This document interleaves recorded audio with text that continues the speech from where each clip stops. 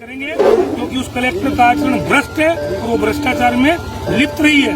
पहले भी चाहे बालोद की कलेक्टर रही हो, चाहे हेल्थ की डायरेक्टर रही हो, चाहे जीएसटी की कमिश्नर रही हो, और अब कोरबा में उसी काम को करना चाहती है। भूपेश बघेल सरकार के एक मंत्री जय सिंह अग्रवाल एक बार फिर सुर्खियों में हैं। सुर्खियों में इसलिए हैं कि उन्होंने अपने ही जिले की कलेक्टर पर इतने गंभीर आरोप लगाए हैं, जिसे सुनते ही वे छत्तीसगढ़ भाजपा के सोशल मीडिया अकाउंट पर भी छा गए हैं। भाजपा भी उनके इस बयान पर प्रदेश सरकार को घेरने की कोशिश कर रही ही है। इस खास खबर में हम आपको इसी बारे में बताने जा रहे हैं। साथ ही हम आपको उन कलेक्टर के बारे में भी जानकारी देंगे जिन पर मंत्री जय सिंह अग्रवाल ने गंभीर आरोप लगाए हैं। अगर आपको ये पसंद आए तो इसे लाइक और हमारा चैनल सब्सक्राइब करना मत भूलिएगा। तो चलिए शुरुआत हम उस बयान से करते हैं जो मंत्री जय सिंह अग्रवाल ने कलेक्टर के बारे में दिया है।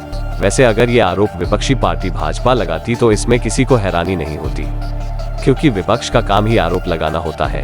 लेकिन ये बात खास तब हो जाती है जब ये शब्दों के बाण प्रदेश के मंत्री के मुखबिंद से निकलते हैं। हमारा प्रयास है कि पूरे कोरबा जिले की सड़कें बने 4 लेन 2 लेन, और उस दिशा में हम सब लोग लगे हुए हैं। सांसद जी भी लगे हुए हैं, अध्यक्ष महोदय भी लगे हुए हैं, और मुख्यमंत्री जी भी चाहते हैं कि पूरे प्रदेश की सड़कें बने।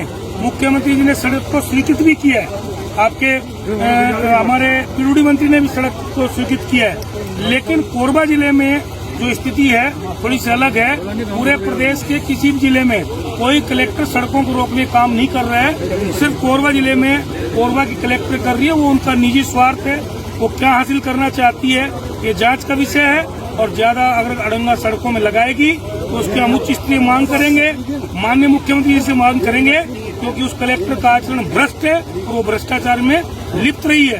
पहले भी चाहे बालोद की कलेक्टर रही हो, चाहे हेल्थ की डायरेक्टर रही हो, चाहे जीएसटी की कमिश्नर रही हो, और अब कोरबा में उसी काम को करना चाहती है। अब हम बर्दाश्त नहीं करेंगे। चलिए अब आपको कलेक्टर रानू साहू के बारे में भी थोड़ी जानकारी दे देते हैं। रानू साहू गरियाबंद जिले के एक छोटे से गांव पांडुका में जन्मी हैं। वे बचपन से ही पढ़ाई में बहुत बेहतर थीं। उन्होंने 10वीं कक्षा में उस दौर में 90% अंक हासिल किए थे, लेकिन उनकी हसरत थी वर्दी पहनना।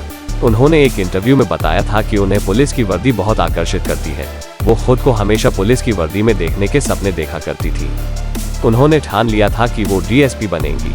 अपने सपने को पूरा करने के लिए रानू साहू ने ग्रेजुएशन के बाद सोचना शुरू कर दिया था। इसके बाद उन्होंने अपने पिता को इस बारे में बताया जाता है कि बेटी के पुलिस में जाने की बात सुनकर उनके पिता का पारा 7वें आसमान पर पहुंच गया था। उनके पिता एक मामूली किसान थे और वे नहीं चाहते थे कि उनकी बेटी पुलिस में जाए, क्योंकि पुलिस की नौकरी को महिलाओं के लिए सही क्षेत्र नहीं माना जाता था। ऐसे में मां ने बेटी का हौसला बढ़ाया और पिता को मनाने में रानू साहू की मदद की। आखिरकार रानू साहू के पिता मान गए और रानू साहू ने भी अपने सपने को पूरा कर लिया और वे डीएसपी बन गईं। अब रानू साहू डीएसपी बन चुकी थी, लेकिन उन्होंने इसी दौरान एक और सपना संजो लिया, और वो सपना था आईएएस बनने का। पुलिस की ट्रेनिंग के साथ ही उन्होंने आईएएस की तैयारी भी जारी रखी।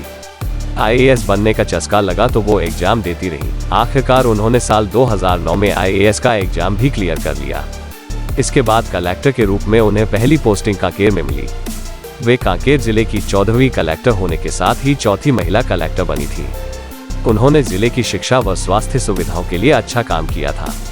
लेकिन मौजूदा वक्त में वे कोरबा की कलेक्टर हैं। कोरबा में मंत्री जय सिंह अग्रवाल के बयानों से लगता है कि वे उन्हें बिल्कुल पसंद नहीं कर रहे हैं। ऐसे में अब देखना यह है कि मंत्री जी की नाराजगी की वजह से कलेक्टर बदली जाएंगी, या फिर मंत्री और कलेक्टर की तल्खी के बीच विकास की गाड़ी ऐसे ही हिचकोले खाती रहेगी। आप इस मुद्दे पर क्या सोचते हैं, नीचे कमेंट कर जरूर बताएं।